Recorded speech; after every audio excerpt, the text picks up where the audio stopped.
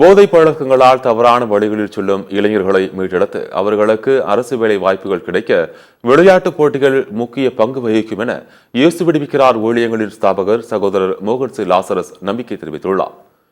தூத்துக்குடி மாவட்டம் நாலுமாவடியில் உள்ள காமராஜர் பள்ளி மைதானத்தில் இயேசு விடுவிக்கிறார் ஊழியங்களின் விளையாட்டுத்துறை மற்றும் தூத்துக்குடி அமைச்சூர் கபடி கழகம் சார்பில் மின்னொளி கபடி போட்டி நடைபெற்றது. இதில் தமிழகத்தின் பல்வேறு பகுதிகளில் இருந்து ஆண்கள் பிரிவில் 14 அணிகளும் பெண்கள் பிரிவில் 9 அணிகளும் கலந்து கொண்டன. இந்த போட்டியை இயேசு விடுவிக்கிறார் ஊழியங்களின் ஸ்தாபகர் சகோதரர் மோகன் சி லாசரஸ் துவக்கி வைத்தார். இதில் வெற்றி பெற்ற அணிகளுக்கும் பரிசுகளும் கோப்பைகளும் வழங்கப்பட்டன.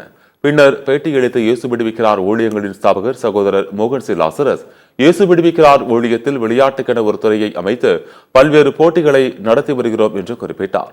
போதை பழக்கங்களால் தவறான வழிகளில் செல்லும் இளைஞர்களை மீட்டெடுத்து அவர்களுக்கு அரசு வேலை வாய்ப்புகள் கிடைக்க விளையாட்டுப் போட்டிகள் முக்கிய பங்கு வகிக்கும் என்றும் இளைஞர்களை சரியான முறையில் வழிநடத்தினால் தேசம் ஆசீர்வதிக்கப்படும் எனவும் நம்பிக்கை தெரிவித்தார்.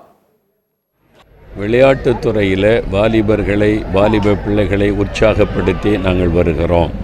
அதில் கபடி விளையாட்டில் ஒவ்வொரு மே மாதமும் அவர்களுக்கு விசேஷமான பயிற்சிகள் கொடுக்கப்பட்டு தமிழ்நாடு முழுதிருந்து அதில் ஸ்கூலில் படிக்கிற மாணவிகள் வருவாங்க.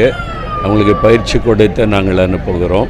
மதுபானம், போதை வஸ்துகள், தவறான பழக்கங்கள் அடிமைப்பட்டு அழிகிற வாலிபர்களையும் தவறான பழக்கத்துக்குள்ளே போகிற வாலிபர்களை பார்க்கிறோம்.